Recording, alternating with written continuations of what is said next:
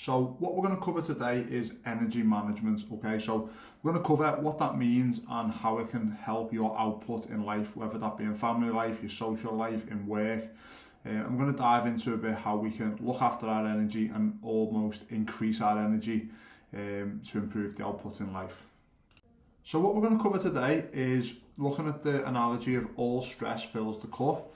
Another analogy of energy tokens, which I'll elaborate more on shortly, and ultimately looking at methods to increase your output. So things we can do away from work, away from our day-to-day lives to help us have an increased output in life.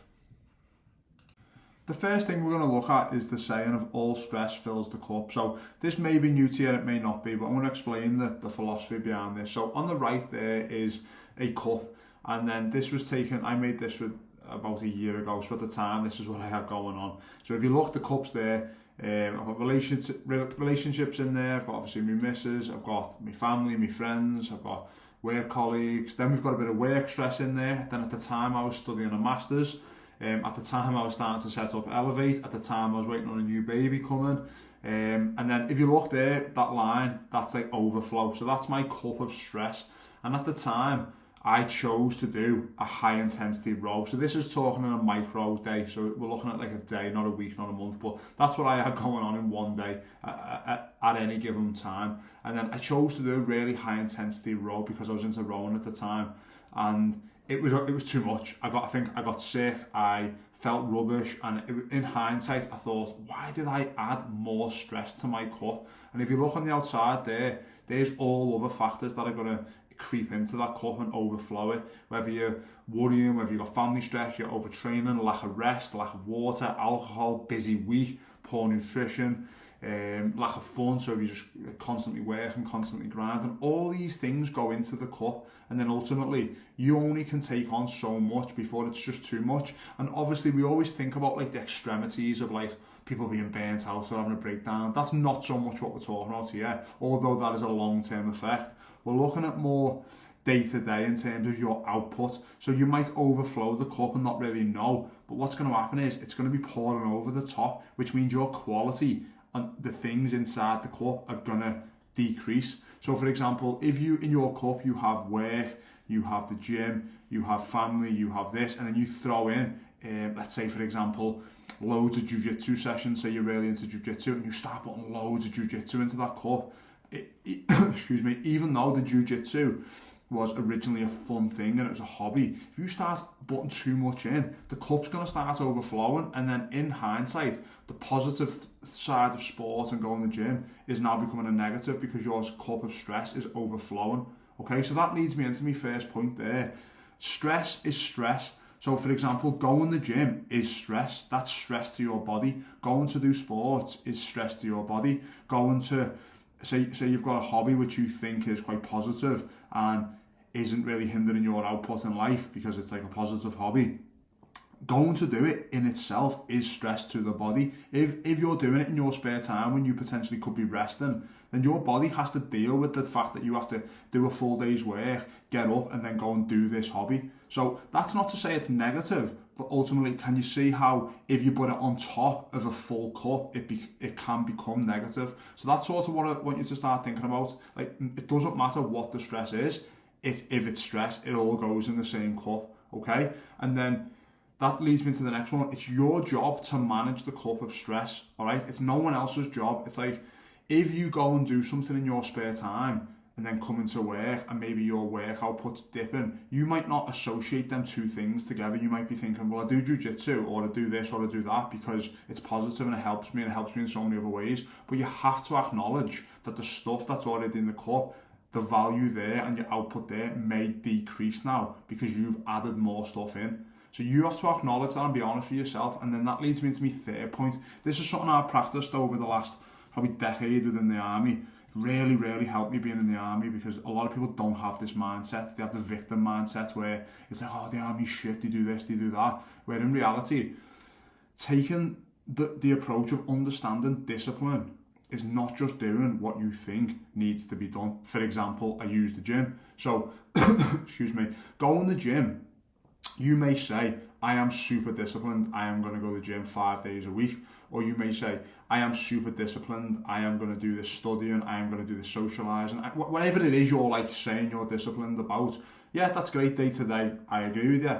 But I also think discipline is doing what needs to be done, not what you think should be done. So for example, I'm disciplined and I say I'm doing 3 jiu-jitsu sessions this week. If I know that third jiu-jitsu session is going to overflow my cup, I will sit down and have an honest opinion, an honest conversation with myself and say, you know what, I am going to be disciplined and not go and do the thing I want to do because I know it's going to have a detriment to the things in my cup. That's what discipline is. It's not me going to do the jiu-jitsu session and grinding it out and being like, I'm so disciplined, I come to the gym. I want to go to the gym. And in that moment, I might not want to go, but ultimately it's a hobby, it's positive, it's not hard really going to do it. It's just that I might be a bit tired and not want to do it. But ultimately, if I've got 100 things going on that day, my missus is sick, needs help with the baby, I've got a busy morning the next day, is it not true discipline looking at the cup and being like, you know what, if I put one more thing in that cup, regardless of what it is, whether it be going out socialising, whether it be going to pitches, whether it be going to jiu-jitsu, whether it be this or this, then my cup is going to overflow and my output and everything's going to hinder. That's what discipline is, okay? So I want you to start viewing like discipline as being honest with yourself without the use of emotion. So that's not to be said that if you are being a lazy fucker and you're saying, oh, I can't really be arsed with the gym today, and you're just like, yeah, I'm not going to go. That's not what I'm talking about. You have an honest opinion, with honest conversation with yourself, and then you make the decision whether it's going to hinder your cup of stress. So that's sort of my takeaway point from that, all right? Like, discipline is being honest with yourself without the use of emotion, and then you can make an informed decision, okay?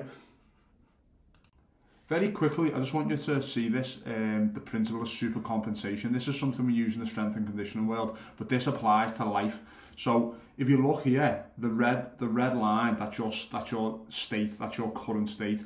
As you train, the line goes down, so you fatigue, and then you need to recover and then go past your original line, and you'll supercompensate and become more adapted to the stress and get stronger, fitter, or healthier. This can be the same for life. So if you expose yourself to stress, that you take on a second job, you start studying, you are going to become fatigued. But if you allow the appropriate recovery and don't keep filling this cup of stress, if you allow your body to adapt, you are then going to supercompensate and become more adapted to handling more stress. So this is where it can help you in work, for example. If you are honest with yourself at the cup and you use the cup analogy, you don't keep fucking putting too much stuff in it, and you put appropriate amounts of stress in there to keep it near the top but allow recovery and don't overflow it, you'll then adapt more and your cup will grow and you will be able to take on more stress, which ultimately means more hobbies, more work, more money, more socialising, whatever it is you want to do more of. Then that's what will allow you to do that, by allowing the recovery and not just keep filling the cup constantly, okay?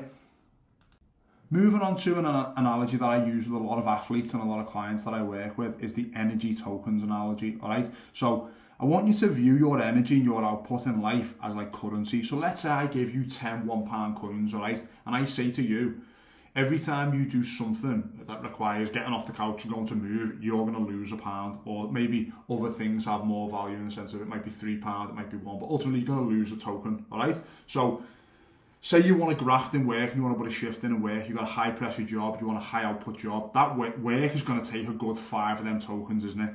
Then you say, let's say training takes 1, then you give 1 to training, then your missus needs 1, you give her 1, and so on and so on and so on. Then you've got to realise you only have so many energy tokens, again, before you just burn out, as in like the quality gets watered down from the original tokens, alright? Once them 10 are gone, you can only survive for so long before you just become poor and you can't have any tokens to give out. Does that make sense? You've got to view your energy as like a circle. So you pay 5 coins to the energy to work, to go and graft and earn more coins, don't you, ultimately? And then as they come back in, you reinvest them into your hobbies, your social life. But then also your output in terms of like upset, worry, traveling places, studying, all these little things, you've got to view them as energy tokens. So for example, again, I use jiu-jitsu analogy, come in the gym every single night, 30-40 minutes one way, 30-40 minutes the other way, sat talking, then doing this, then doing that. They are energy tokens. People might not view them as that, but they are.